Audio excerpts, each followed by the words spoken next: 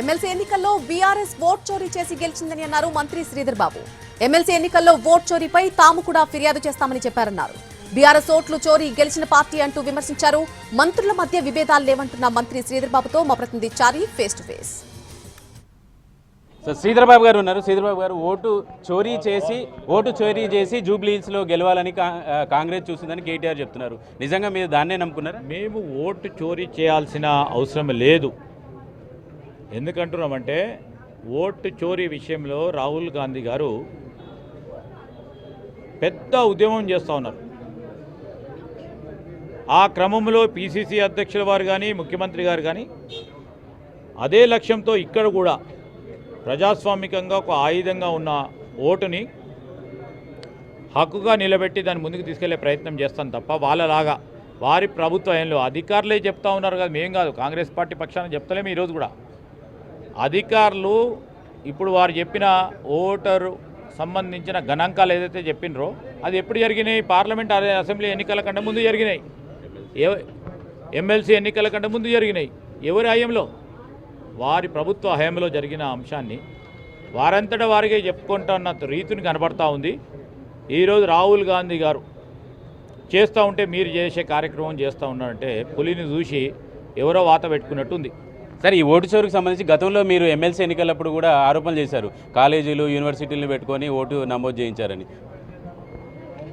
దానిపైన కూడా ఈరోజు ఓటు చోరీకి సంబంధించి మేము ఇప్పుడే చెప్పినాం, రాహుల్ గాంధీ గారికి సంబంధించిన అంశం స్పష్టంగా దాన్ని ముందుకు తీసుకెళ్లే ప్రయత్నంలో శాసన మండలి ఎన్నికల్లో ఓటు చోరీకి సంబంధించిన అంశం తప్పకుండా విచారణ జరపాలని ఎన్నికల కమిషన్కు మేము కూడా ఫిర్యాదు చేస్తాం. సరే, ఈ రేపు క్యాబినెట్లో ఏ అంశాలు తీసుకోబోతుంది? క్యాబినెట్కు సంబంధించి ఇప్పటివరకు ఎజెండా మాకు అందలేదు.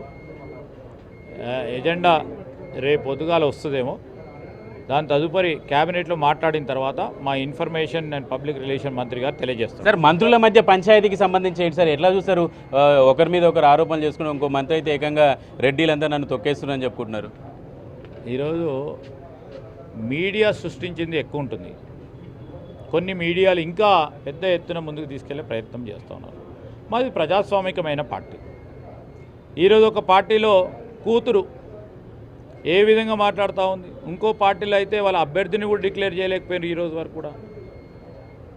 ప్రజాస్వామికంగా మా పార్టీని ముందుకు తీసుకెళ్లే ప్రయత్నం చేస్తూ ఉన్నాము. ప్రజాస్వామికంగా వారి ఆలోచనలు, వారి అభిప్రాయాలను తెలియజేయడానికి పిసిసి అధ్యక్షుల ముందర, సీఎం ముందర మాట్లాడుతూనే ఉంటాం. మేము మాది రెగ్యులర్ ఎక్సర్సైజ్. 100 సంవత్సరాలు దాటింది మా కాంగ్రెస్ పార్టీ. ఎక్సర్సైజ్ చేస్తే బాగానే ఉంటుంది కానీ మీరు ఫైటింగ్ చేస్తారు కదా. ఫైటింగ్ అని కొంతమంది మీడియా అనుకుంటారు. అది ఫైటింగే కాదు, అస్సలే ఫైటింగ్ లేదు. ఎవరికి భేద. మీ మంత్రులే మీడియాతో మాట్లాడారు సార్, మీ మంత్రులే మీడియాతో మాట్లాడారు. మీ జిల్లాకు చెందిన మంత్రి వీడియో బయటకు ఇచ్చాడు. ఎవరికి చిన్న భేదాభిప్రాయాలు ఎవరికైనా ఉన్నా కానీ స్పష్టంగా ఈరోజు తెలియజేయడానికి ఒక ప్లాట్ఫామ్ ఉంది మాకు. ప్రజాస్వామికమైన వాతావరణంలో పోతా ఉన్నాం. మంత్రుల మధ్య ఏ విధమైన భేదాభిప్రాయం లేదు. అందరి సమిష్టిగా ఈరోజు ముఖ్యమంత్రి గారి నేతృత్వంలో పనిచేస్తూ ఉన్నాం. Thank you. రైట్, మొత్తానికి మంత్రుల మధ్య ఎలాంటి విభేదాలు లేవు, కలిసి పనిచేస్తున్నామన్నారు. అలాగే ఎమ్మెల్సీ ఎన్నికల్లో జరిగినటువంటి ఓట్లకు సంబంధించినటువంటి చోరీ మీద కూడా విచారణకి సిద్ధమా అని చెప్పేసి మంత్రి శ్రీధర్ బాబు చెప్తున్నారు. దాని మీద కూడా ఎలక్షన్ కమిషన్కి ఫిర్యాదు చేస్తామని చెప్తున్నారు. కెమెరా శ్రీనివాస్ గౌడ్తో చారి, ఎన్టీవీ, గాంధీ భవన్ నుంచి.